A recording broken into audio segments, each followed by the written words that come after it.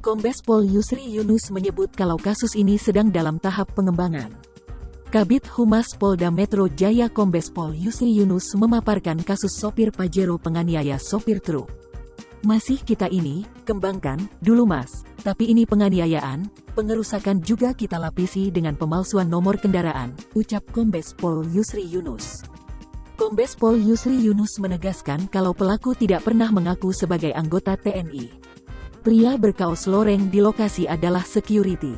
Secara lebih jelas, pelaku berprofesi sebagai outsourcing pelaut. Sehari-hari mencari orang yang ingin jadi pelaut, kata Kombes Pol Yusri Yunus. Setelah aksinya viral, pelaku sempat kabur ke Jawa Timur. Tak hanya itu, pelaku berkali-kali berpindah tempat. Bersangkutan sempat kabur ke Jawa Timur.